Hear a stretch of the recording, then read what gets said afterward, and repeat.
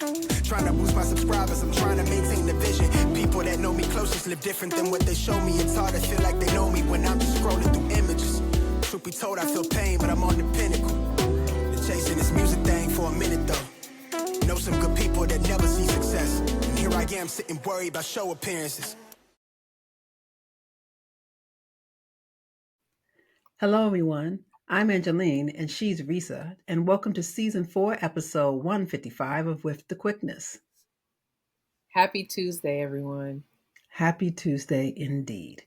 Today, we'll share our takeaways from the May 4th, 2025 sermons given at First Baptist Church of Lincoln Gardens in Somerset, New Jersey, and at New Life Presbyterian Church in Atlanta, Georgia. So, Risa, what was your big takeaway from First Baptist this Sunday?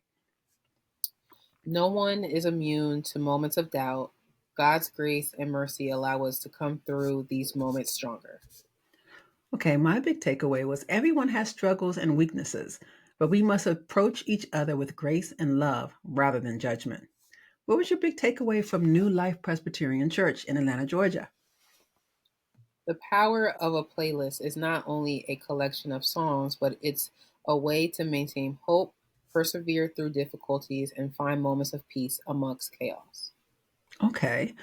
My takeaway was we need to see the importance of community, faith, and gratitude for the struggles we're surviving and the challenges that God helps us avoid. So we're going to get into both of those sermons a little later in our show. But right now, it's time for the Song of the Week. Risa, what's on your playlist? Are we ready? It's time. We narrowed it down to one song. This is Song of the Week, currently featured on With the Quickness Spotify playlist.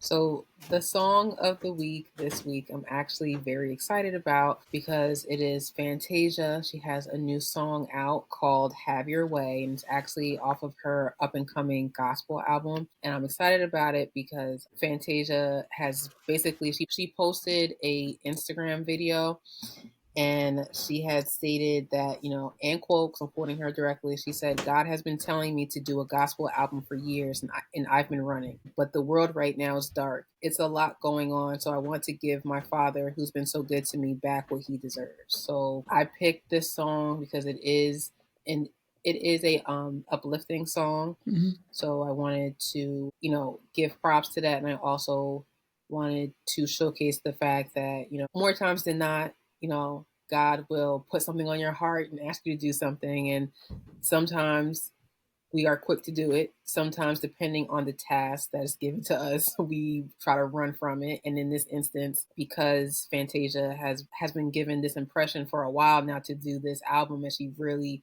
she was, from her standpoint, from the interviews that I saw, she was kind of fearful about it because she knew what it would take from her to do this. Like she would have to present herself differently, Mm-hmm. in order to deliver the album that she knows that she can give to him and the world. Her fans that do not have any spiritual grounding, or they don't have a belief system of something bigger than themselves, or is she worried about losing fans? I don't think it's about losing fans. I think it's more so like she doesn't want to fail like the assignment that has been given to her. And because this is it is a big task, and if I was told by God to put out a project that's gonna help bring people to him, I want to make sure it's the best of the best, especially because of all the things, that he has done for me. So I'm pretty sure for her and her life and the number of things that he has brought her through, she's putting this pressure on herself to make sure that it's top tier work and material that can, basically complete the assignment that he's asking her to do. When we saw her in The Color Purple, I remember watching a lot of interviews where she was talking a lot about her faith and how she leaned heavily on God's understanding and his gifting and his grace over her to do that job so well, because to play such a major part that was on Broadway for so long, and it was originally in film form with Whoopi Goldberg playing the part, and now here you are stepping into The Color Purple, and it's a musical. it was a lot of heavy lifting. And to go from every interview, I think she always mentioned her Lord and Savior, Jesus Christ. She always mentioned something about her faith. And so now to see this to be the next chapter for her is actually a good thing. You kind of almost see the progression of where she's going. So another thing that's heavy lifting that's requiring her to lean on her faith. Agreed. And I feel like when I've listened to her last few albums, like she would have gospel songs infused into the albums. And you could tell if you think about it, like she was going to get to this point at some point because the songs that I heard, and I do apologize, I don't have the song titles at the moment because I can't remember them, but the songs that I heard on her last few albums that they were like a couple of gospel tracks, you could tell that she was meant to put out gospel, like a gospel album. Yeah, didn't you tell us once? I think we have her featured on our playlist already, but during that other song, I think you said something about she doesn't like to sing too much of the songs where she was, upset and having heartbreak and disappointment in her relationships. Those types of songs is not where she's at right now. So could this just be a progression of what's more at the center of her life? Jesus Christ? Yes, because at the time it was she was talking about the song "Free Yourself," which is a popular song, but she was like, "I don't want to sing that song." Like, and it's not that she's not grateful for the success of the song she is, but because that song is literally about heartbreak, and that's not where she is right now. And she was trying to tell her fans, like, listen, if you keep singing this song, you're not gonna like. It's not gonna do anything positive for you. You need to gravitate towards songs that are like uplifting and can do something. This song is like, I wrote this song, or better yet, yes, she performed that song a lot, but she was also going through stuff, so it was like it was cathartic for her to go to sing it every night, right?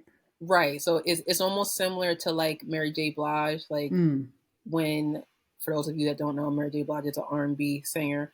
Throughout her career, like she's really, really good at singing sad songs. But also, if you think about it, on the other side of that coin, she was also going through stuff behind the scenes. So when she was performing these sad songs, it was very cathartic for her to do it.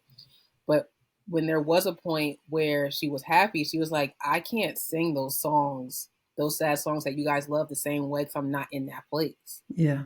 Yeah. Thank you so much for sharing the song with us. What's it called again? Is it on Fantasia's newest album or just as a single right now? Right now, it's a single, but it's going to be on her new gospel album. The title has not been listed or provided yet. So the song is called "Have Your Way," and it's about God, and of course, and it's about allowing God to do what He needs to do, and like you're basically like you're stepping out of the way so God can do the work. Well, thank you so much, Risa, for sharing this song with me. I'm looking forward to seeing it and to listening to it on our Spotify playlist, but also when she actually releases an official video, and I hope she does, because she likes to release videos to the songs that really mean something to her. When she does do that, we will have the video listed on our website. Thanks, Risa. You're welcome. Okay. Now let's move on to First Baptist Church of Lincoln Gardens in Somerset, New Jersey. The Praise and Worship Ministry welcomed the saints to Sacrament Sunday service. And we had a great crosstalk that actually highlighted all the work that is going on in First Baptist this week. But it was all about the sermon this Sunday, which was titled, "It's a God Thing You Wouldn't Understand." The speaker was Reverend Dr. Danté R. Quick, the senior pastor of First Baptist Church of Lincoln Gardens. The scripture was John, chapter 20, verses 26 through 29 of the New Revised Standard Version of the Bible. This passage of scripture talks about how Jesus appeared to his disciples after his resurrection and revealed himself to them. However, one of his disciples, Thomas, was not present when Jesus first appeared. Jesus then appeared a week later, and Thomas was with the disciples at that time. So Christ invited Thomas to touch his wounds as proof that he had truly risen from the dead. This verse is often referred to as the Doubting Thomas verse because Thomas initially disbelieved Christ's resurrection. This passage serves as an important reminder for all Christians about having faith and believing in things that cannot be seen or proven. It also emphasizes Jesus' divinity and power over death. Now, Pastor Quick, he delivered a quite thought-provoking sermon this Sunday, Risa. It was one filled with faith, resistance, and brilliance of the Black community in the face of systematic challenges. He even reflected on cultural moments such as the resurgence of Public Enemy, pride in shows like The Cosby Show and A Different World. I mean, these moments reflect a larger movement of reclaiming community and celebrating Black excellence. And it all was epitomized in the slogan of the day at the time. It's a Black thing you wouldn't understand. So the sermon of the day kind of did a play on those words. Do you remember that slogan, Risa? It's a Black thing? I remember the FUBU slogan, for us, by us. I don't remember. Okay, so I guess it's a Black thing's more my generation. And for you guys, it was FUBU and what was that? The ladies' version of the jeans back then. What was it? By Kamora Lee? Baby fat. Baby fat. Yeah, y'all remember all the slogans for the fashion. I got it. Right. I got it. Pastor Quick underscored the need for the Black community to understand and celebrate its own brilliance rather than relying on the external validation or institutions like the Smithsonian to recount our history. He praised storytellers like filmmaker Ryan Coogler and for preserving and showcasing the richness of the Black culture. When he mentioned Ryan, he was talking about the movie Sinners. And I know for me personally, we said it in the last broadcast, I have no desire to see it. Are you going to be seeing it, Risa? No, like I have friends that have seen it and they have been telling me that I need to go see it. But based off of what they have told me about the film and based off what I have seen from the film on social media, I'm good. That's not my ministry. No shade to anyone that wants to watch it. I just know myself. I can't do it. I can't. No. I know Pastor Quick is so much an advocate of Freedom School. Hopefully he will do something. He's interested in showing some of the background of some of the cultural things that came out of that movie that might be looked at and could be dissected a little bit. Hopefully he'll do something in a Freedom School session. Those that are interested can sign up for it. I personally am not interested in doing a deep dive on the items in that film. I mean, I had many courses I could pick from in college to actually sit in and, decide to do a deep dive and research and study. I have no desire to look up what voodoo is really about and all of that. I'm not going to sign up for it, but I think it should be available for those that wish to really dissect that film in that way. It's not something I'm interested in though. Yeah, no, like I have enough friends that have explored. Me too. And they said they really wish they didn't spend the money to go because it wasn't what they thought it was going to be. Right. So it's just like again, that genre of movie is not my thing. Like I'm more of like, an action comedy. I do like history, but if there's like some type of like horror in it or gore, I'm just like, just give me the book. Yeah, my thing is I don't even want the book. I mean, my thing is there's different films and movies for all of us to sit and enjoy. And I think it's great that, Pastor Quick went and saw Sinners. He enjoyed himself. He thought it was brilliantly done. And it might be very well shot as a film. It might look beautiful in a lot of aspects in the filmmaking process. But the story itself is not one I'm leaning towards. It's almost like when you're at the Oscars and you have so many choices of movies to watch. And then you realize, I probably see 2 out of the 5 they're talking about up there. It's kind of like that. What was good for him and for other people that saw it, it's not going to be what's good for me. I know what's good for me when it comes to viewing things. Yeah, because that actually reminds me when I did come across some interviews that Ryan Coogler and what's his name? The other guy. I'm sorry, I forgot his name. Michael B. Jordan. Wow. Mm-hmm. They were doing some interviews. I believe they were on The View talking about the movie, and Ryan was saying that he got some advice from the guy that directed Oppenheimer, and basically the way that he made this movie is like it's supposed to be shown in IMAX. Like that's the best way to see it, so you can see all the stuff that Ryan did. So, because I know that's why one of my friends that I just saw this past week, she was like, "Yeah, I saw it in like the regular theaters, but I want to go again to IMAX so I could see exactly how Ryan like had envisioned it and basically worked on it to be." So I'm like, I can understand for the people that like study theater or love that type of stuff. By all means, do what you got to do. Yeah. I'm just not going. Don't ask me. I've already said no. I'm good. Yeah. And my thing is, if it's available for those, I know those Pastor Quick was talking about having it dissected a little bit in church, like in one of the, I think he said in one of the sessions, like something that he would do like midweek or something in one of the rooms or something. Yeah. I think those that want to should. Those people that want to actually look at those things in depth. I don't need a certain genre of movie to make me want to research something and find out more about something. Um, but it's to each his own. You know, I think those that had a wonderful time.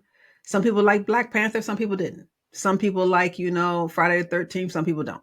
So my thing is like different strokes for different folks. That's how I look at it.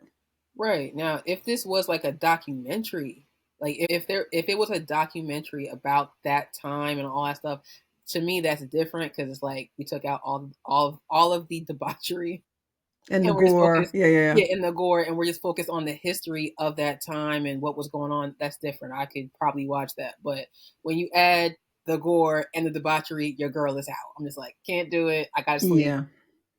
So, Yeah, and I understand some people go to film festivals and they watch the film and there's great commentary after it. But if I was at a film festival with a program in my hand, walking down the street trying to figure out which ones I want to go into, I wouldn't go into that one. I just wouldn't. I mean, only because of the subject matter doesn't work for me. It doesn't work for me. I would go to the panels and see what they had to say, maybe, but I wouldn't go. And one young lady, I think she actually said in an interview, one of the actresses, she had said, the God of your childhood doesn't have to be the God of your adulthood. And everybody around her agreed. And I was like, oh no, I know I'm not going to see him now because the God of my childhood was Jesus Christ. And he's the same yesterday, today, forever. You know what I'm saying? So I'm like, you ain't right. gonna have nobody telling me in some way, shape, or form there's something wrong with my God. No, no, I'm good. I'm good. Yeah.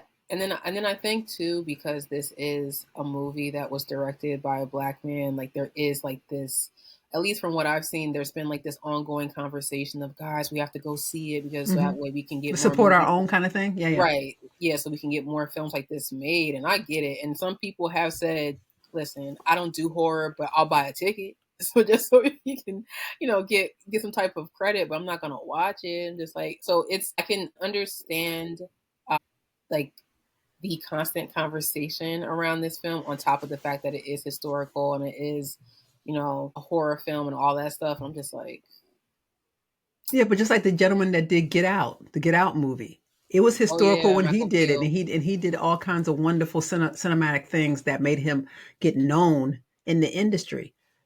There's many people that are doing great works. There's more than one great black director and black writers and stuff like that. So just because I don't go to one or don't want to, dissect one doesn't mean I don't want to look at others or dissect others. Give me Eva DuVernay doing something else, maybe. You know what I'm saying?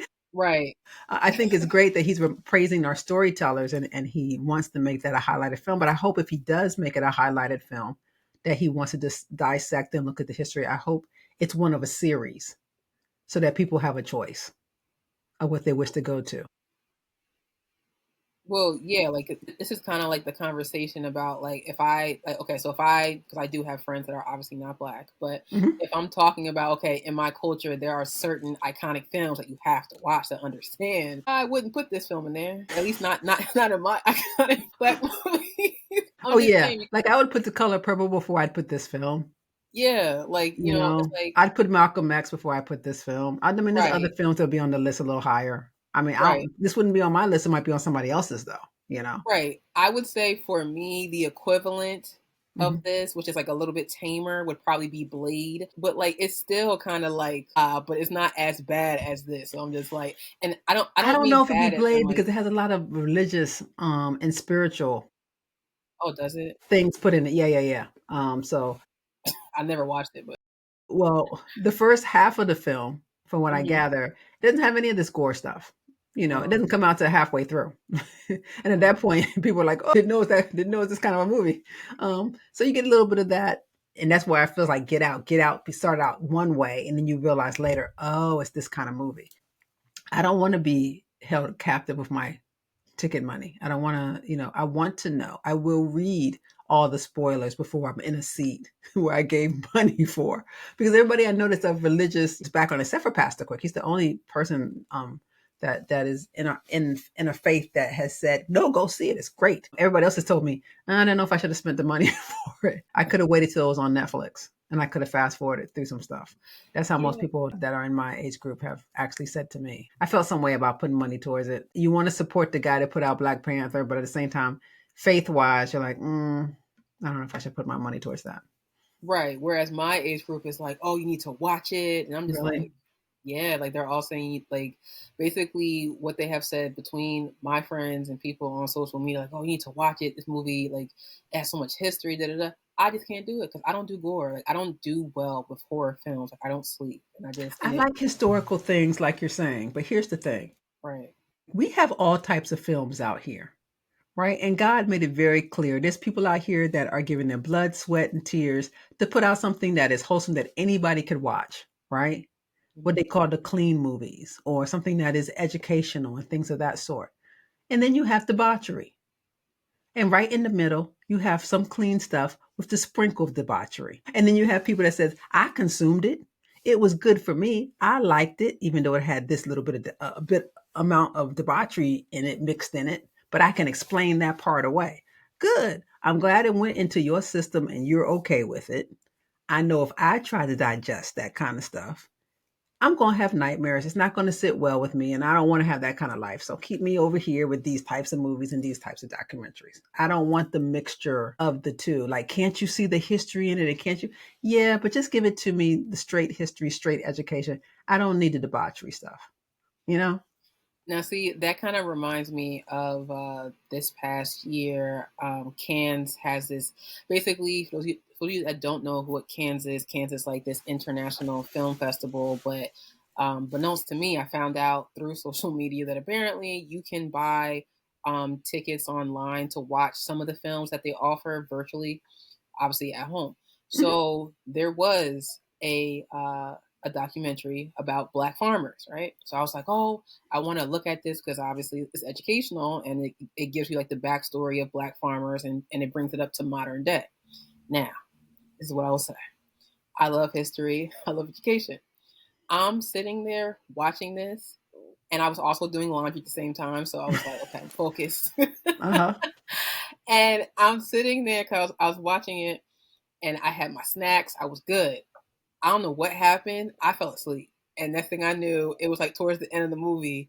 And I'm sitting there like, to your point about like not having debauchery and just doing the clean stuff. The clean stuff is fine. But I was just like, it wasn't that it was bad.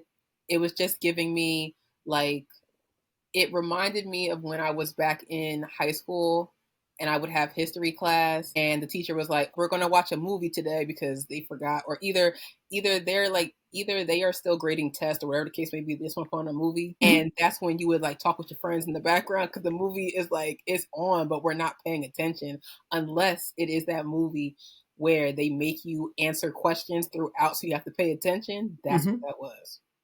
Really? Yeah. So I was just like, They asked you questions at the end or something? well, no, they didn't. But what I'm trying to say is it was an educational, clean, no debauchery movie.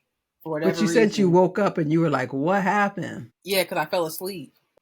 It kind of put me to It sleep was because I was boring to have the You're trying to tell me the documentary was boring on black farmers. Is that what you're trying to tell me? yeah, and I thought it was going to be more interesting, but I was just like, I don't know if it was the tone of the person talking that just like put me to sleep. The But I was just monotoneness of the yeah, the voice or monotone. something. Yeah, and like it was very like I don't want to say it was like slow moving, but it was like you could tell they took their time because they wanted to make sure you got all the information about the Black past, the farmers. present. Yeah, and I was just like I felt bad because I was just like oh I should have like stayed up, but I couldn't, and I fell asleep for an hour. And I just woke up the movie, woke up Well, towards the I end. can understand that. I've watched many things on, on A&E or on Hmm. some kind of documentary on PBS. Well, people please support PBS and NPR where I'm at it. Yes. But yeah, and it has been a little bit like a yawn here or there.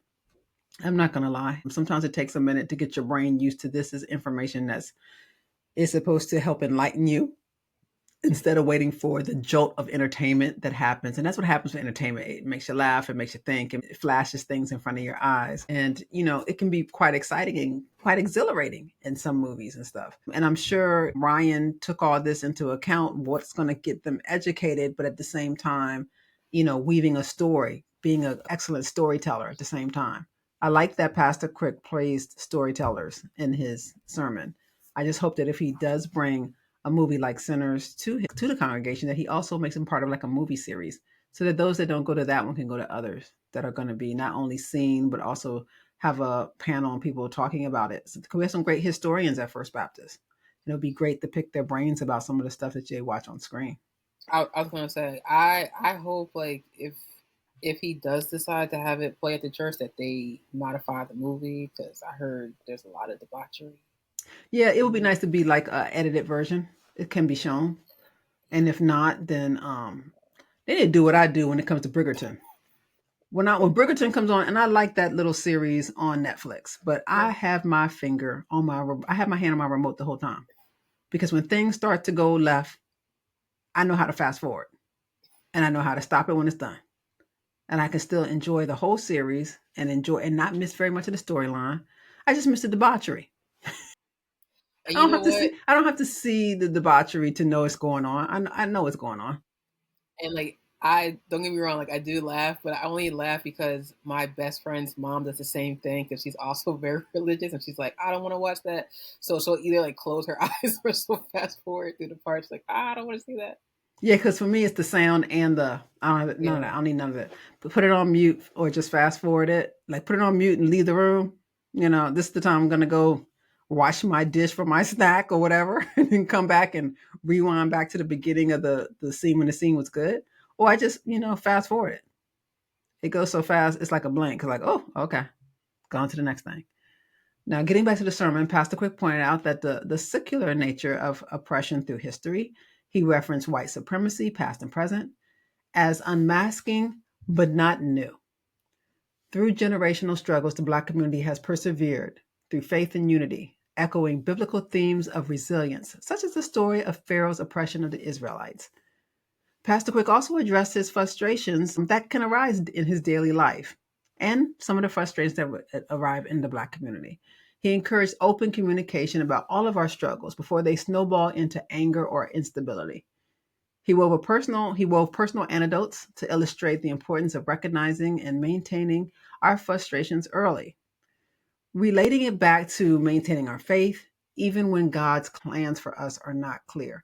I know I myself, Risa, I can think about many a times my anger got the best of me. I think it was great how Pastor Quick talked about his and how you had to learn over time with the help of, not only your community, but with therapy to, still yourself, take a pause.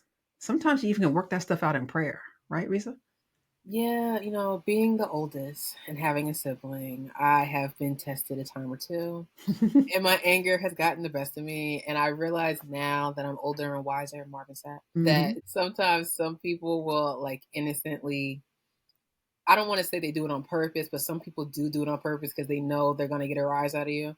You're poking the bear. Yeah. So they poke the bear. So you have to just know that sometimes before you speak, take a minute, let that filter work on you, and then say what you want to say. Because if you just say the first thing that comes to mind, that could lead to explosion or a Hawk smash moment. You don't want that.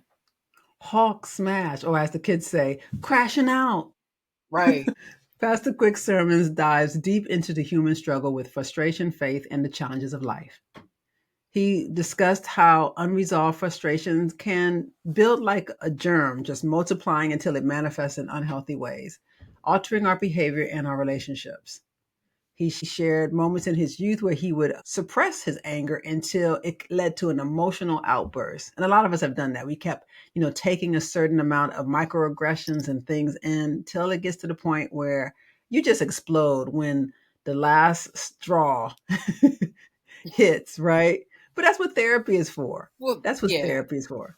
Like I've done therapy, still in therapy, and I can proudly say that that I have done that before, where I call it like the whole ticking time bomb, where I just take, and then by the sixth time or the 10th time that's happened, I explode, and everybody around me is like, I don't understand, because they're not, they lack that social awareness of what has transpired for whether it be months, years on end. So by the time the 10th offense has happened, I've had it. But then on my side, it's like I never once said anything.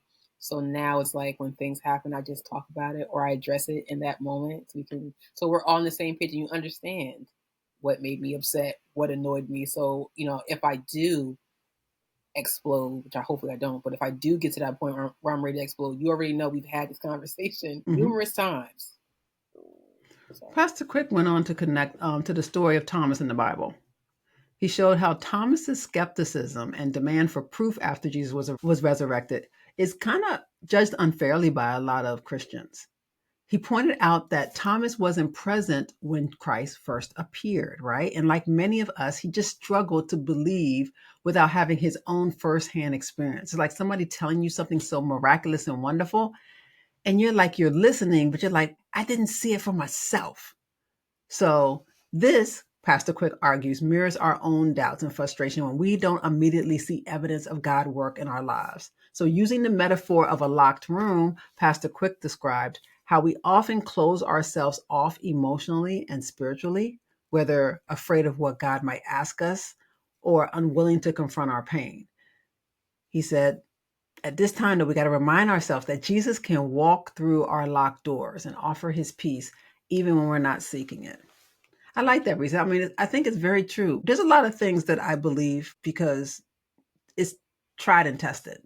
And there's other things I believe and have faith in that I have no idea one way or another. I just know in my spirit it's true. So for something like Christ to appear and everyone around you, all of your closest comrades are saying, we saw him. Yeah, we saw him. He's back. And you're the only one that didn't see him. You're like, I want to see for myself. Yeah, like this goes back to a conversation that I was having with my friend about conspiracy theories a long time ago. And we were talking about how, because I had gotten to the point of the Bible at that time where Jesus had risen. And my friend was like, oh, okay, so you could believe that, but you didn't see it. But you can't believe these other conspiracy theories. And I was like, what you're saying, those two events are not the same. Just because I believe someone's account of seeing Jesus risen is not the same as believing a conspiracy theorist. They're two different things to me. So we just had to agree to disagree. Yeah. And another point in the sermon, Pastor Quick told us about the importance of not judging others during their moments of weakness. He emphasized that all of us have times when our faith falters, especially moments of personal crisis. He even gave an example from his own life about a period where he wanted to resign from ministry due to his personal struggles. But he was met by so much grace and support by his church community. They're like, we don't care what you're going through. You should still be our pastor. I thought that was really great for him to talk about that even though things could be going really bad, we could be facing challenges. It's just a test of our faith and our strength when we go through those things. Well, yeah, like I think to actually like stay in it while you're going through it just shows that like, okay, I'm not perfect. I'm human. I'm having like, a human moment, and I appreciate the fact that everybody around me can not only acknowledge that, but they can give me grace while I work through this time. Yeah, and I like the fact that the congregants were like, they had enough grace and mercy for his situation. I feel like that just goes back to this like unrealistic expectation that like, oh, the pastor needs to have this perfect life image. It's like that's not always the case. Yeah, I mean that's the worst thing we could have as a group of believers, that all of us are perfect, and someone that comes through the door and wanting to become a new thing in Christ is looking around going, I can't be like these people. No, you want to show your humanity and what you've been through. That's what I miss about testimony service. There used to be a time when the saints would all get together and be told, we're going to have a testimony meeting. And people that could stand up, they would say who they were, how long they've been a member of the church, and they would talk about their path. And it would give so much hope to those that were beginning on a journey or in the same situation. To have a mother talk about the pains of, being estranged from her child and you're going through it yourself. Or to hear about, a husband that lost his job trying to find a way to support his family and the struggle of that. And you're a young man that just got your pink slip. I mean, it means something to hear that you're not in it by yourself, because when you're walking through the doors and sitting in a pew, you kind of think everybody around you has it all together. They all look nice for Sunday service. They all look happy. But inside, it was a struggle for you getting up that morning. Yeah, like I know, because I saw videos about this in the past. Like, Sarah Jakes? Mm-hmm. She has a yearly event called Women's Evolve, and I believe the one that I was looking at was in Philadelphia. I didn't go to it, but it was in Philadelphia. And at the time, like, she was talking about how they do stuff like that, where they do have a day where Sarah and there's other other pastors on the panel, but they tell their stories and they go through the crowd and talk to other women and they tell their stories, and everyone can bond and they can realize that, that they're not alone in going through whatever it is that they're going through in that room. Yeah, the hardest thing about testimony services is it's always some people that want to take over the mic and they don't take into account how much time they've been talking. And so it used to be you would go up front and they would tell you when you feel someone tugging on your jacket or on your sleeve, your time is close to being up. Some people have timers and things they put on the podium and things of that sort during that. But people wouldn't adhere to it, Risa. And because people wouldn't adhere to it, you have brother or sister so-and-so took up most of the time and other people walking around just fuming. They didn't get a chance. They were in line. They were sitting there waiting. And the meeting ran long. Those meetings, the testimony meetings did run a pretty longer than the regular meeting. And somewhere along the road, it just kind of died out. But people don't have them anymore. And the thing that we're missing from it is the community aspect, the being seen aspect. Now they say if you want to be seen, go to your small group. If you want to be seen, go be part of a ministry, talk to your therapist. You can't be seen by the whole church body. And then you always had to worry about what exactly they're going to give a testimony of. Because you got little ears, in the congregation. You never knew what they were going to say. So it could be a little dicey. Somebody will talk about their, adulterous affair and have the little 12-year-old looking over at mom like, what's adultery? I mean, it's like, so it could get a little dicey sometimes in testimony meetings. So it has been relegated to smaller groups, and to have, one of the Jake daughters making it another way to still have that feeling somewhere safe, where all the women feel safe to talk about it too. And then imagine if you're talking about a struggle in your relationship and your husband's sitting there and you're the wife bearing your testimony. We don't know what that car ride's going to look like. Everybody's looking at his face like, did you know she's going to get up there and say all that? It gets a little dicey. I guess it gets a little dicey.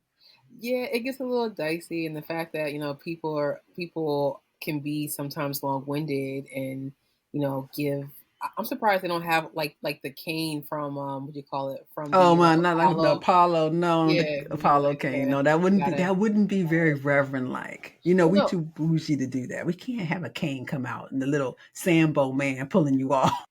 Well, he wouldn't listen. Like, I guess like the modified version would be he wouldn't pull you off. He would just tap you on your shoulder and say your time is up. Because no, that's what we had. We used to have a pastor or somebody would like tug on your coat or tug on your sleeve or come up and say, 1 more minute, please wrap it up in your ear. So that you're being a little long-winded, because there's so many people that have stood up and said they want to bear their testimony. And it's hard because when emotions start flowing and the Holy Spirit becomes very sweet in the room, you're saying something that might be hard for you to say, but it's going to help somebody. So I can get the fact a person's trying to get it out. And sometimes the first words are not the words that are getting it out. It takes some time to get the courage to get there. So I get it. I get why it's kind of gone away, but it has to be some aspect of it. And part of me used to think that if people had an opportunity to go to the church and record their testimony, like and it might be more work for the film crew, but have an opportunity to go into a room like every Wednesday. They have a certain window of time open for those that want to bear their testimony to come and then they can choose which ones they're going to highlight and show, and they can edit down stuff they want to edit down, but they can share. Just like we share crosstalk, you can share testimony. It doesn't have to be a big production where everybody's like, you must do this. No, you do it if you want to do it, if you want to share. And those things can live somewhere on the FBCLG website, maybe, testimonies of our members, or maybe there'll be so many that go up and then, maybe they only put up 8 and then they keep rotating the 8 to different people, if you don't want to use any of your meetings, there's a place to look at it. So that therefore, if you want to know if you're alone in XYZ, the testimonies of the mothers that dealt with problems with infidelity in their marriage, or children that ran away from home and had problems child rearing. Maybe put them in different categories. I don't know, but it could be helpful. The youth that are talking about not being seen and heard at school, or problems with school, or problems with their parents. It would take some heavy lifting to do it, but it would be a beautiful thing. I think it'd be a beautiful playlist of things that could help somebody somewhere.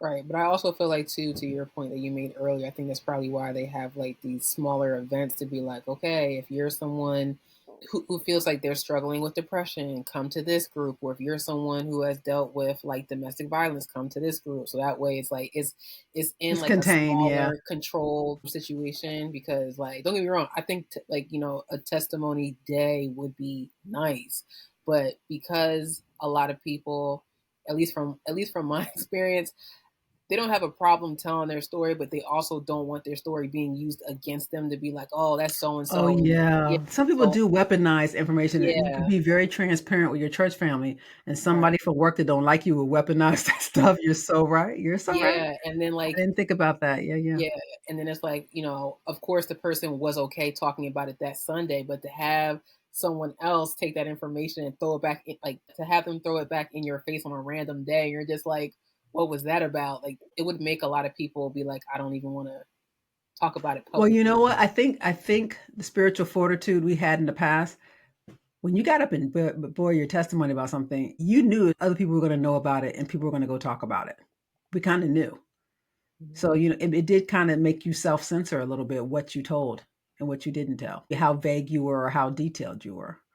Because, I mean, when you get to a certain age, some of them church mothers and fathers, they're like, hey, I'm going to tell it like it is and save a soul, bring a soul to Christ. That's how some of them were. They were like, I lived long enough. Ain't nothing you guys going to say going to make me feel bad about the life I live. And some of them say exactly what was going on. But then you're right. There's other people that are like, I don't want this to ruin my chances to run for the PTA president and stuff like that, Yeah, like I will say from the few members of the elderly community that I have met, those are the ones that, like you said, they don't have a problem just like, you know, speaking their truth, because they're like, I live my life, I'm not Hmm. ashamed of it, I've learned from it. People that are a little bit younger that are still trying to do things, they're like, I don't want to say all that because I don't need stuff getting thrown back in my face. That's true. But that's why Pastor Quick made it very clear. All of us are having our human experience, and we got to give each other grace because God's grace is always sufficient. Now, Reverend Dr. Dante R. Quick's sermon, It's a God Thing You Wouldn't Understand, was live streamed on May 4th, 2025, on the FBC Somerset YouTube channel. When you get a moment, please check it out. Let's go on to our next sermon now, given at New Life Presbyterian Church in Atlanta, Georgia. They also posted a May 4th, 2025 sermon that we know you'll enjoy. It was titled, If It Had Not Been. The speaker was Reverend Dr. Reginald W. Williams, Jr., the senior pastor of First Baptist Church of University Park in Illinois. It was their anniversary, Reese. I think it was their 8th anniversary for their pastor. And so they invited down Pastor Williams to give a word. Now, the scripture he picked was Psalms chapter 124 of the New Revised Standard Version of the Bible. This passage of scripture is a powerful, poignant song of praise and thanksgiving found in the book of Psalms. It was written by King David, who reflected on the miraculous way in which God had delivered his people from their enemies. In this psalm, David acknowledges that without God's protection and intervention, they would have been swallowed up by their foes. He reminded us that our help comes not from ourselves or anyone else, but from the Lord. I like this sermon so much, Risa, because it actually dealt a lot with music. And I know you're our music aficionado of the show. So I hope you check this out. Pastor Williams, his sermon reflected on life challenges, and he kind of likened the challenges to a mountainous drive he experienced while taking his daughter back to college. He described the physical and emotional strain of navigating through the winding roads, the steep hills, and the areas of the mountain that felt very unsafe. But he drew that poignant metaphor to make us think about the struggles we face in life. Pastor Williams shared how music, his personal playlist, kept him awake and motivated during the long drive. And it actually became a source of strength and connection for him. He emphasized the power of a playlist that he doesn't see it just as a collection of songs, but it maintains hope. It can help us persevere through difficulty and find moments of peace in chaos. What did you think about that, Risa, about how a playlist can be that powerful in a person's life? I 100% agree with this because I'm the type of person, and I've been doing this for years. I haven't done it as of lately, Mm-hmm. where I would have a playlist for different things, right? So when I think I was in high school. Yeah, when I was in high school and I got an iPad, not iPad. It was No, it was a iPod that, iPod Touch. yeah, iPod Touch. Thank you. Mm-hmm. I couldn't think of the word. iPod Touch, and actually, it was before the iPod Touch, so it was just a regular iPod. So it had the Okay. little circle on it, and you could put music on it. Obviously, you can't watch anything, but I would have different playlists depending on my mood that day. Before I went to class, and even in college, I had playlists for walking to class, a playlist for the gym, because I quickly realized that if I have certain songs that are of a certain tempo, it'll make me more motivated to like work out harder in the gym. I've had playlists help me fall asleep Mm-hmm. when I didn't, because there was a period of time where I didn't have my fan, whatever. I didn't have a fan, and normally I use that to fall asleep, so I had to make a playlist to substitute for that until I had gotten a new fan. But a playlist to me is very powerful because it can change your mood depending on the type of songs that are basically on the playlist. I like my playlist when it comes to walking my dog. My dog Churro, he's a Basenji. Those that don't know, Basenji is an African barkless dog. And it's a bit of a hassle taking a dog out to walk all the time. The first morning walk is pretty cool, but it's the second or the third that could be a bit of a labor. But dogs like to get out and walk. So, and a Basenji needs to always be on a leash because he will run, and won't come back until I think it's time to eat. It's time to go back. And you got to pray that your dog comes back alive, because he likes to run and chase things that are faster than him, like cars, trucks, things that are a lot faster and bigger than him. They like to chase those things. So when it comes to walking, I'm the same way. I have to have like music or something because it actually makes something that would have been a drudgery a cool thing to do. Same thing like a house cleaning. Like when you're cleaning a stove and you're half of your body's inside the oven or something, with your Mhm. gloves on, and nothing beats like some music playing. You can get Absolutely. through house cleaning so much easier when there's music playing. You guys grew up. I used to always put Anita Baker on. Literally, like, and it's funny too because I know even on Spotify and other music platforms where Mhm. you're able to make a playlist, there are people that will have a playlist titled like Saturday cleaning music, and depending on who made it, it'll have like Anita Baker. I just had one playing this past Saturday when I was cleaning my house, and it had what was it? Not George Michael, the other one that sang with Patti LaBelle. Um, I can't remember his Michael name. McDonald. Yes, Michael McDonald. There was some music from him on there, and I'm sitting there cleaning my house, and it does make the time go by quicker. Yeah. I mean, nothing beats. I mean, I remember growing up and we had a neighbor next door, my best friend. Her name was Charlotte, and her daughter and her sister was Dana. And their mother would always play her music. Like you remember the speakers with the big, they're like so tall, about four Yes. feet tall on the ground. Hmm. And she would turn one towards the patio and one towards inside her house. The house smells like pine saw, and she just be basing her music. You hear Teddy Pendergrass, you hear Sherelle, you hear all the music, Lionel Richie, all of them, Stevie Wonder, and you knew people were cleaning their houses. Little people, we'd be outside playing, coming in and out, knowing you're not supposed to go in and out. But you would do that because why? Your mother's also mopping the floor, and your mom's also, beating the couch and airing everything out, all the pillows. It was just that's what Saturday was.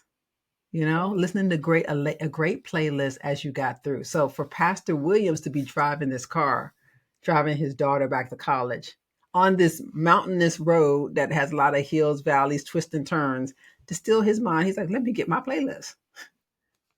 Give him a And little bit of peace in that chaos, right?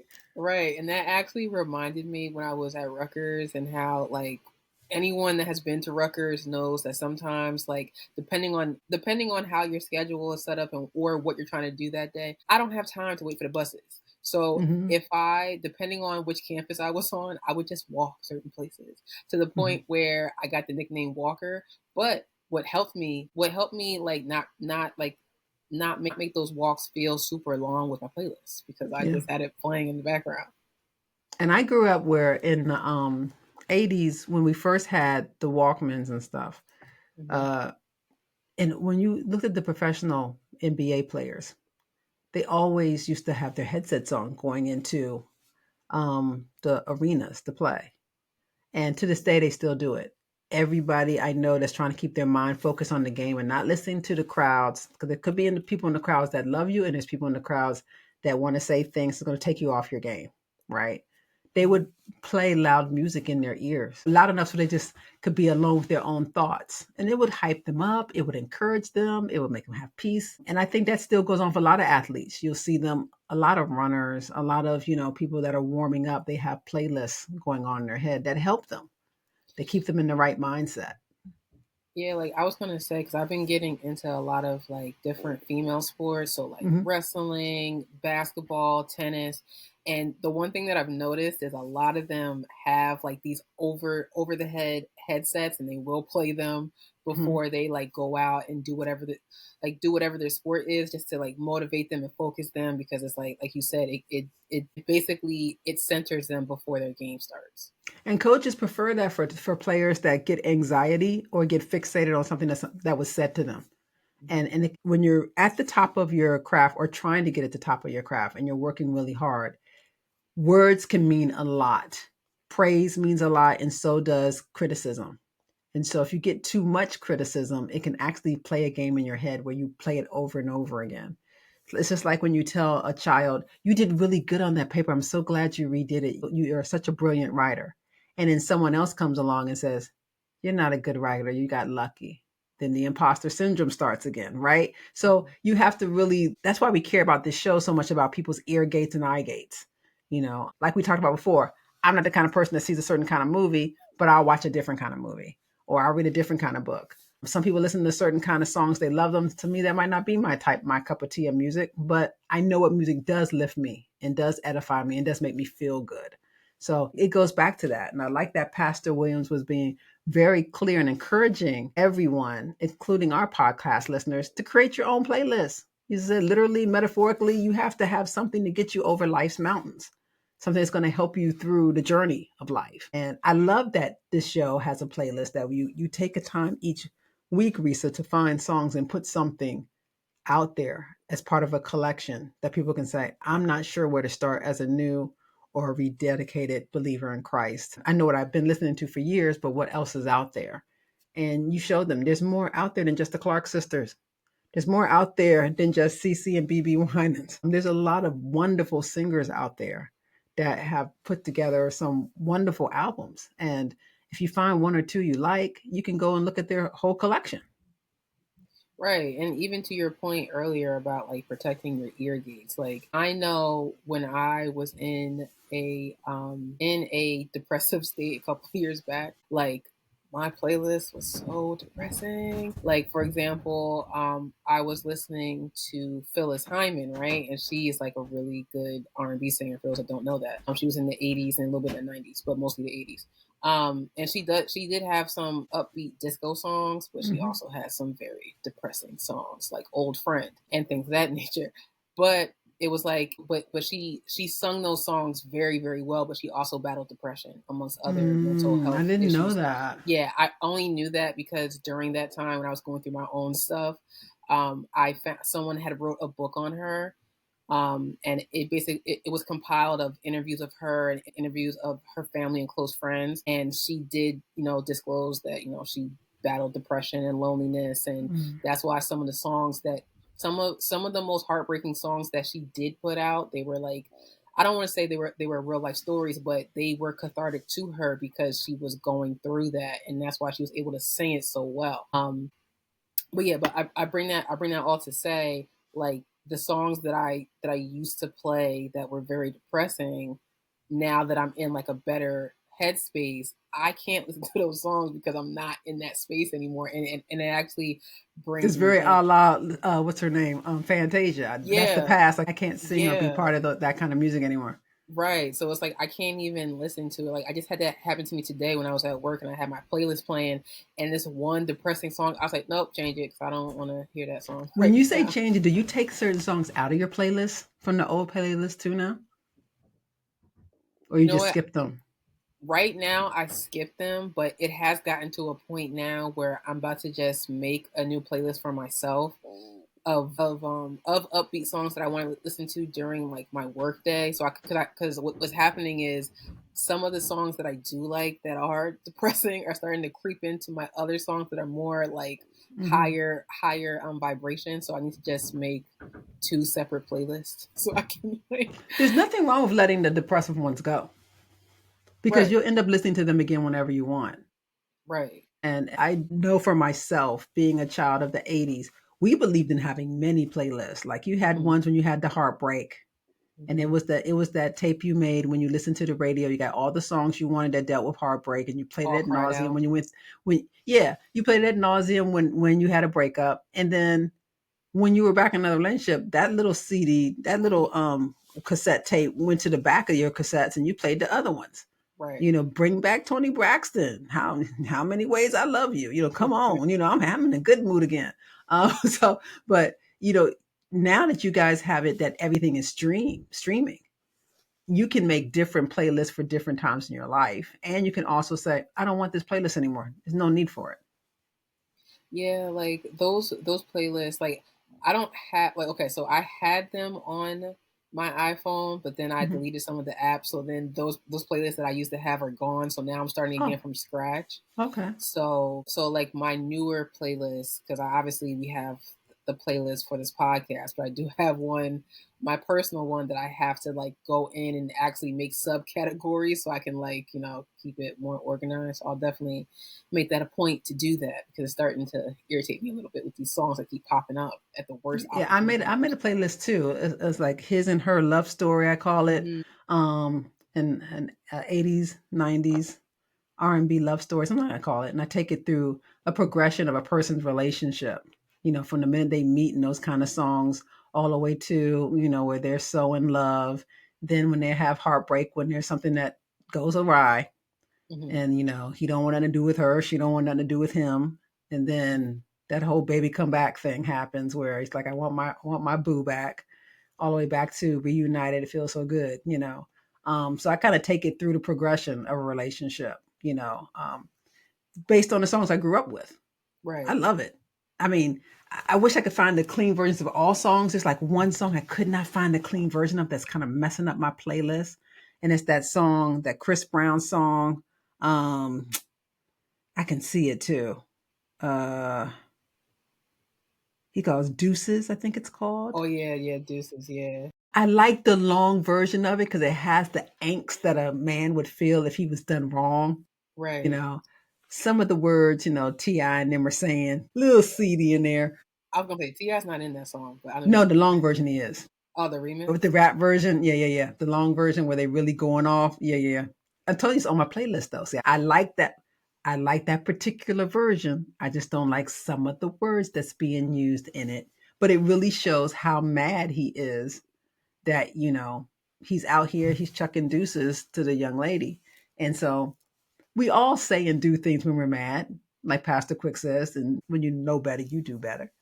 And I like how Pastor Williams has said, it's okay to have a playlist. You know, hopefully Hmm.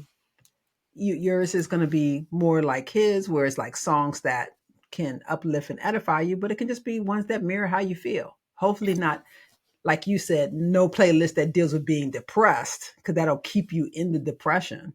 Right. None of that, none of the songs that make you want to do violence, like I bust the windows out your car. Nothing like that should be Yeah, going on in your Jasmine life. Sullivan. You know, Yeah. don't listen to music going to help you get in jail.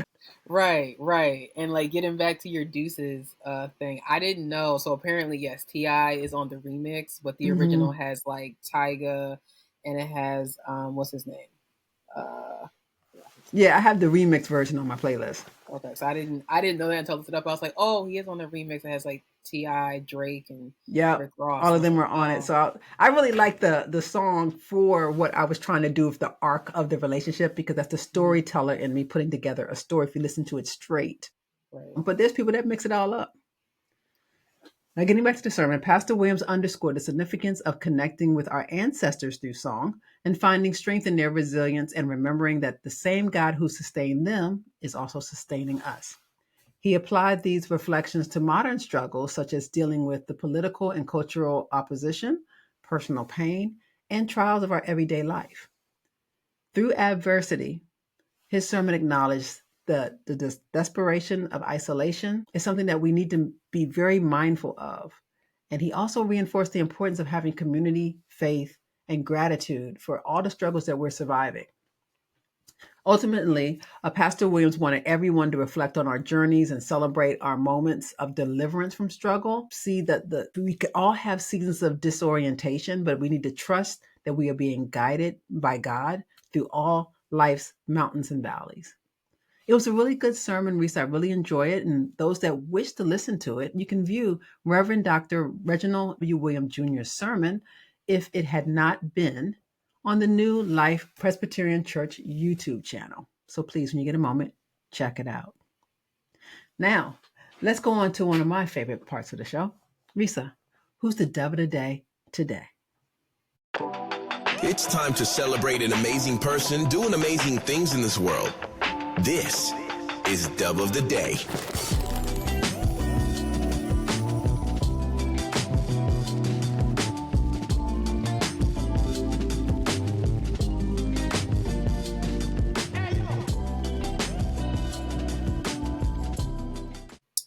So, Dove of the Day is brought to you by Prayer Bowls.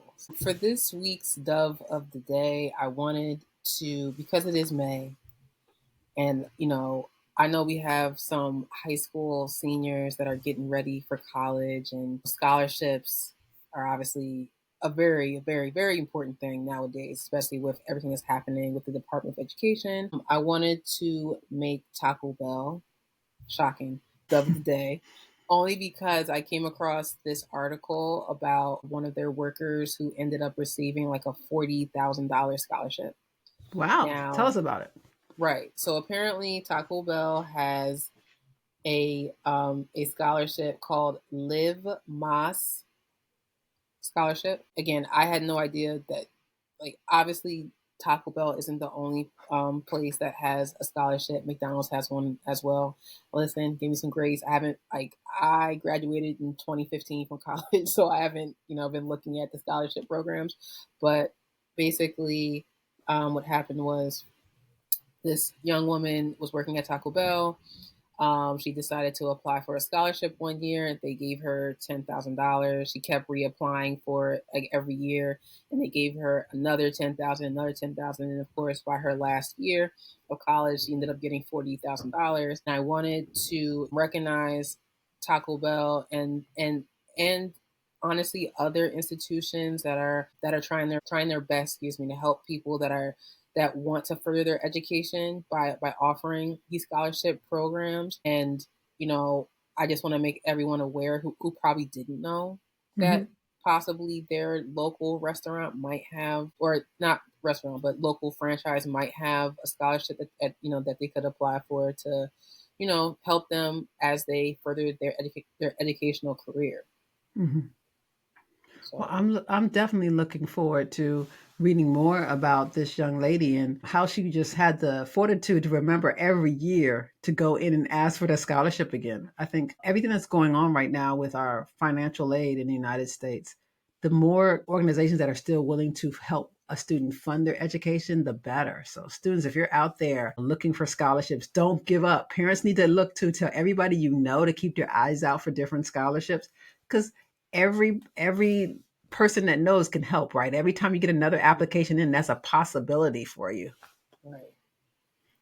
Well, thank you so much, Risa, for sharing your Dove of the Day. There are people out there doing good work. I think that's what I like the most about your segment. It reminds us, when you hear all this news of depressing things happening, things being taken away, accidents that are happening, you can think about the heroes and those that are trying to do something good in the world. Agreed. I'm trying to bring some light into the darkness. I know. And we appreciate you for it. Now let's go on to the screening room. It's time for that weekly movie review in the screening room.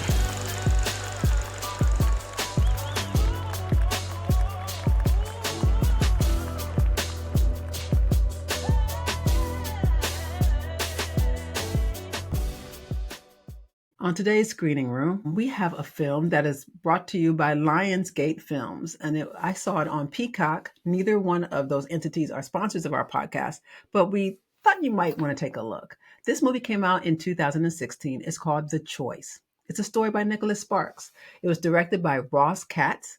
It stars Benjamin Walker, Teresa Palmer, Tom Welling, and Tom Wilkinson, and others.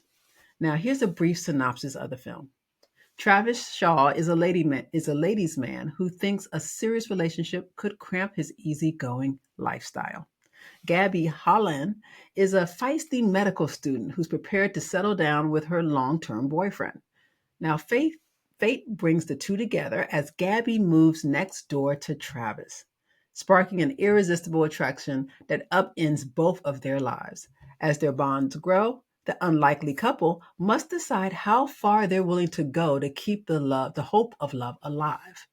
The themes of this movie are love, loss, consequences of life's choices, complications in relationships, the impact of tragedy, adversity, family, and overcoming challenges. Risa, you saw this film with me. How did you like it? It made me cry. I know, me too. There's something about a Nicholas Sparks movie. Those that love rom-coms is definitely going to like this one. Yeah, I want to say this is probably like my third Nicolas Cage movie. I mean, not Nicolas Cage, Nicholas Sparks movie that I've watched that I've cried, and I'm just like, oh. But it was such a good movie. Of course, there was like one point within the movie that it got a little racy, so I was like, yeah. Let those that are watching this movie, the With the Quickness recommendation should be like 14 and up should be watching this. And if you watch it on a streaming service, when they get to the kitchen after dinner and kitchen and he's walking towards her, get your remote ready to fast forward because he's going to plan a kiss on this young lady and it's going to lead to other things. And yeah, just fast forward. It goes pretty quick.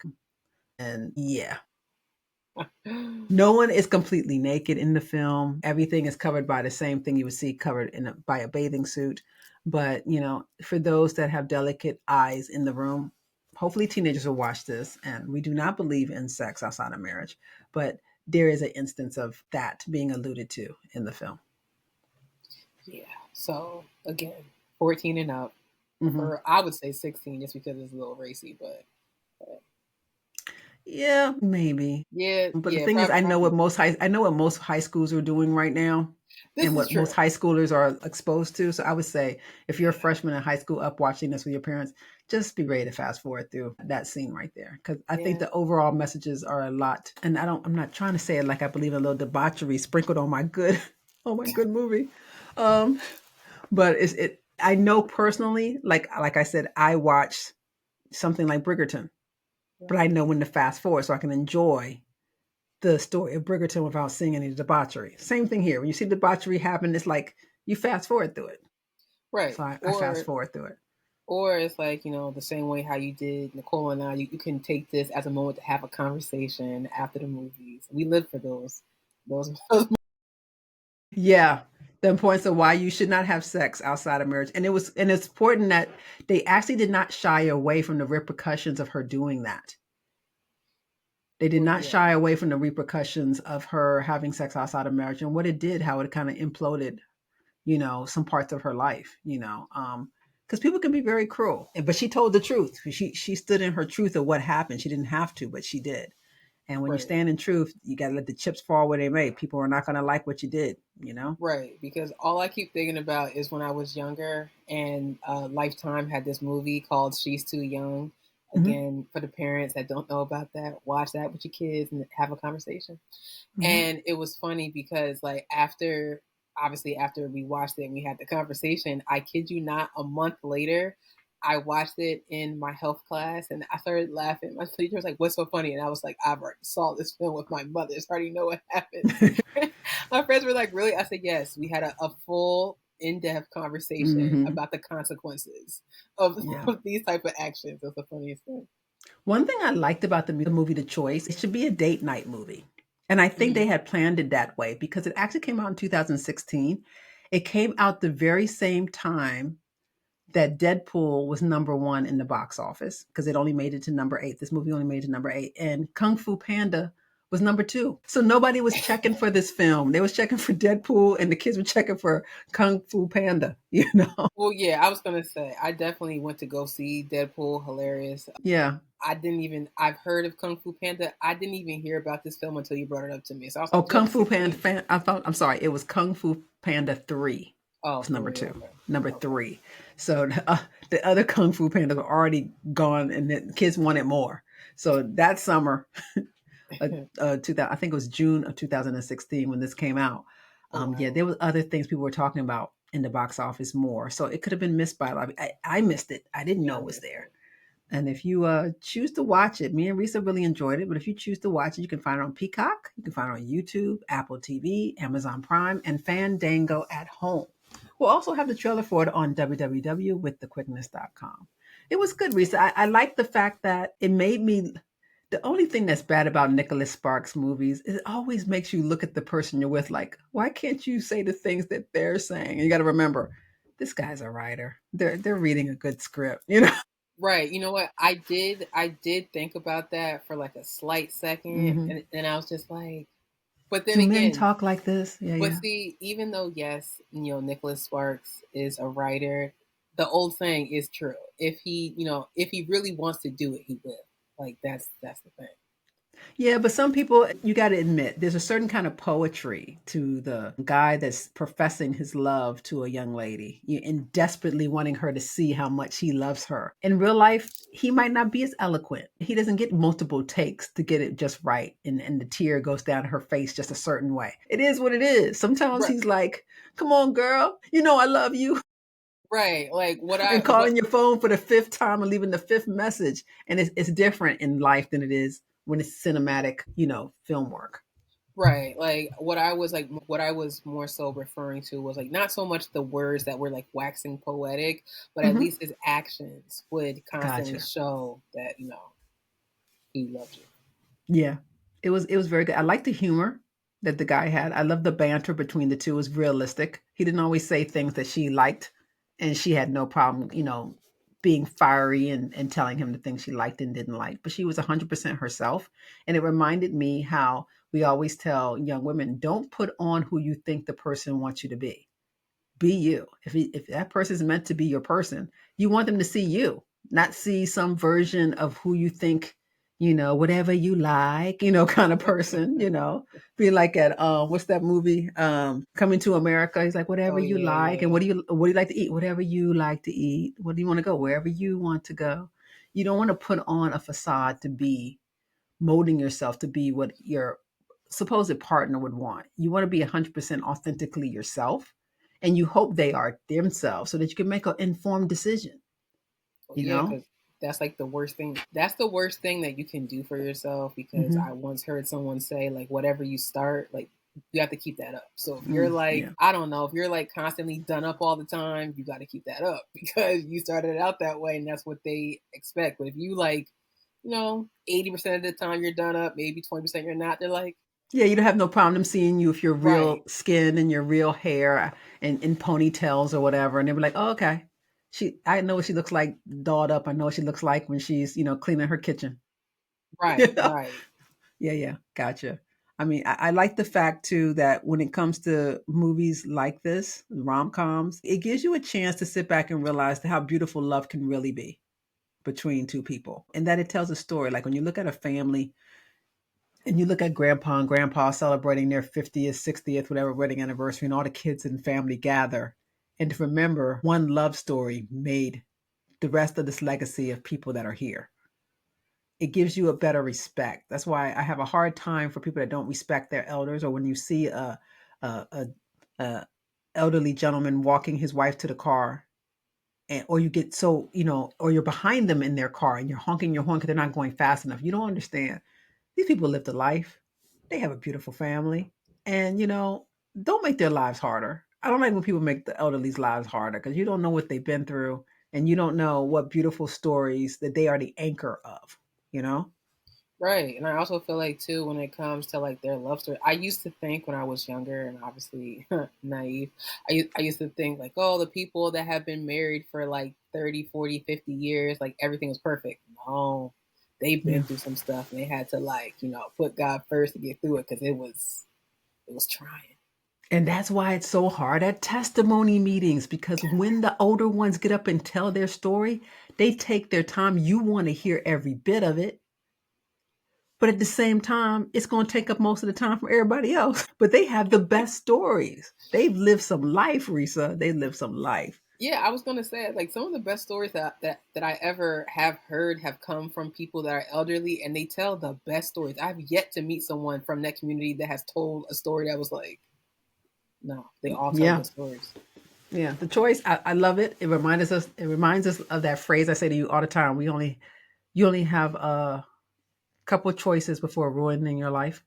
Or altering your life. It's true. I mean, the choices you make can actually change the projection of what your life's going to look like. And we learned that just watching the choices that both of them made, choosing either to be with each other in love or choosing other paths, and we saw what their life was like before they had each other in it. And then we see what it's like when they was together. And it was a lovely rom-com. I'm so sorry that Deadpool kind of blew him out the water where it didn't get more of a chance, but I'm hoping in the streaming that it'll get a new life and it'll become a pop culture, it become a pop culture hit. Most people are like, oh, it's Valentine's Day. Let's watch that Choice movie. I hope it becomes one of those things. One of the movies that you would want to watch by Nicholas Sparks. Really well done. I enjoyed it. I feel like for Valentine's Day, everyone goes back to The Notebook. That's like his most popular. I know, but if they gave this a chance, this went up to number 8 in the box office, and then it dropped back off. So stuff like that, I worry about. But it was a good story. Very good story. It was good. Me personally, because I just saw The Notebook. Don't laugh at me. I just saw The Notebook like this past year because I purposely was avoiding that film because I was like, because everyone kept talking about it, so I was like, I'm not watching it. I was being a little hater, but I finally watched it last year, so I get the hype. I don't know if this movie is up Well, there. I get what you're saying. The Notebook has a lot of hype, and the two characters, they had such good chemistry. So right, because this one might be up there. More like a couple of Julia Roberts rom-coms, like up there with her stuff. Right. But yeah, The Notebook itself, it had a lot of passion between those two actors. Yeah, and I cried multiple times. Yeah. There was like, there's a lot going on with The Notebook. Yeah. So, but this one was good. This one was good. It made you cry. It made me cry. It'll make others cry.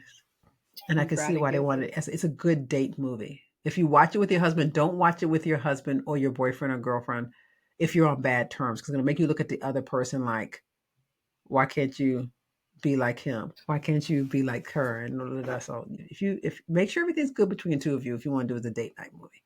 So that you have good feelings between each other. That's like with any rom-com, if you're like watching it, it's like, yeah, I guess you're right. Why can't you be more like this person?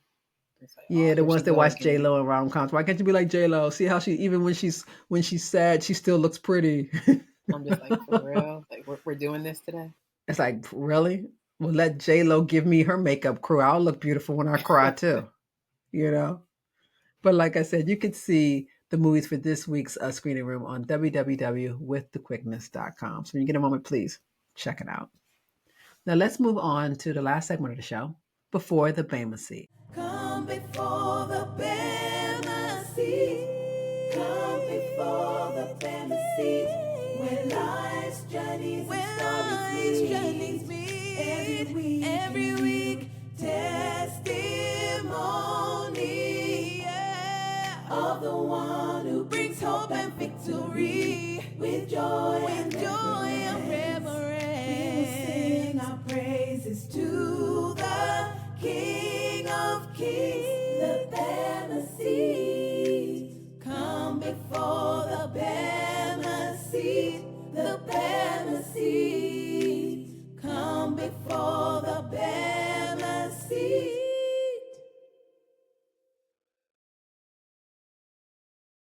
In today's story, Amanda Saucedo was hesitant to have a child and prayed to God to calm her anxiety. See, now when Amanda married Omar, they believed their blended family was totally complete. Each had children from previous marriages, and with their kids nearing adulthood, the couple had agreed they didn't want to start over with sleepless nights and diapers. But God had other plans. See, during a trip to Massachusetts, Amanda missed her monthly and began to wonder if she was pregnant. Now, although she was initially felt a little nervous about the whole idea, Omar was calm, and he was even being supportive, which kind of gave her a little bit of peace. Even after discovering it was just a false alarm, the possibility of growing their family kind of stirred some new conversations between the couple. Were they really done having any children? And had they made that decision a little too quickly? Well, after prayerfully asking God for guidance, Amanda received an unexpected confirmation. While on her flight home, a mother carrying a toddler sat beside her. In the child's name, well, it was Rosie, the very name Omar had mentioned in a text earlier that morning. Amanda couldn't brush it off as a coincidence. It was a sign that she had prayed for. Less than a year later, their baby girl, Isabella Poppy Rose, was born and filled their home with even more love. Amanda's story is a reminder that God's plan often exceeds our expectations, challenging us to trust His timing, even when it makes us take a leap of faith. What do you think about that story there, Risa? When you think you have everything all lined up the way you want to, all your T's crossed and your I's dotted, God gives you a curveball, gives you something you didn't think you wanted. I feel like this is a prime example of how God works in mysterious ways, and He may not show up when you want Him to exactly, but He does show up on time.